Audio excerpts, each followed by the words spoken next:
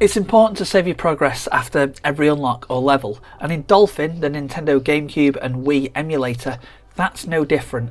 There's a couple of ways in which you can save your games, and today I'm going to show you how you can do it. There's two ways in which you can save your games. One is by using a virtual memory card, and this would be as it was on the original console, saving your game at certain points. The other method is to utilise save states, meaning that you can save your game at any time. We're going to start today by talking about the virtual memory card. Dolphin already comes with these set up, so you don't need to do any configuration to get the memory card to work. You just need to load up a game and it will either tell you to make an initial save or you'll be able to save your progress as you're playing. As you can see in this example in Auto Modelista. You'll see in the top left corner that Dolphin has wrote the data to a virtual card. If for whatever reason you wanted to find where these saves were located, they're not in the Dolphin main directory. What you'll need to do instead is go to Run and then type in app data. Here, go to the roaming folder, and what you then want to do is follow the path that you can see on your screen.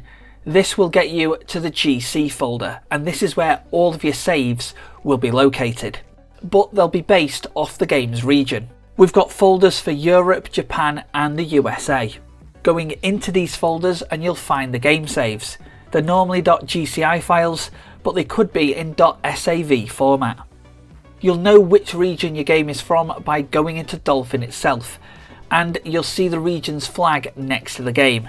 The saves will be in that corresponding folder. Another way that you can save your game is by using save states. This means that you can save your game at any time and you're not restricted to the save areas. To be able to use the save state, you're going to need to know what the hotkey is set to, and to find them, go to Options at the top and then Hotkey Settings. When in here, come across to the Save and Load tab and you'll see the default settings for saving and loading. You can change these if you want to, but for the sake of this tutorial, this is what we're going to go with. We can see for save slot 1, pressing Shift and F1 will save the game, but pressing F1 on its own will load the game. Of course, if there's already a save state. Into the game now, and using Auto Modelista again as an example, you can see here that I'm in a race, but the car behind me I think is going to overtake me, so I'm just going to hit a save state. You can see this indicated in the top left corner, and I'm now going to continue playing as normal. I've been overtaken and I've also crashed into a wall. That's fine, I'm just going to load my save state. I'll press the hotkey that I've assigned and I'll be thrown straight back to where I saved to try that bit of the game again.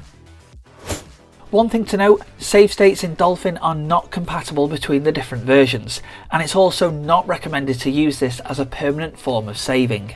To find where your save states are located, again you're going to need to go to Run and then App Data and follow the path that you see on screen. Once you open the State Saves folder, this is where you'll find any save states that you might have created. However, they're not listed by the game's title.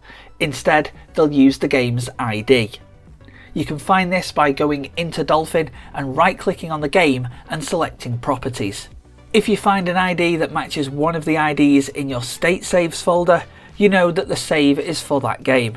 You'll also know what slot the save is in by looking at the end of the file. .so1 would be slot 1, .so2 would be slot 2, and so on. You would then need to load up the game and press the corresponding slot's hotkey to load it. Final thoughts then. Use the built-in memory cards for long-form saving once you've completed a level or unlocked certain items. As mentioned, it's exactly as it would have been on the original console. On the other hand, use save states as a temporary backup and bypass any saving restrictions, but do be aware of the limited number of slots.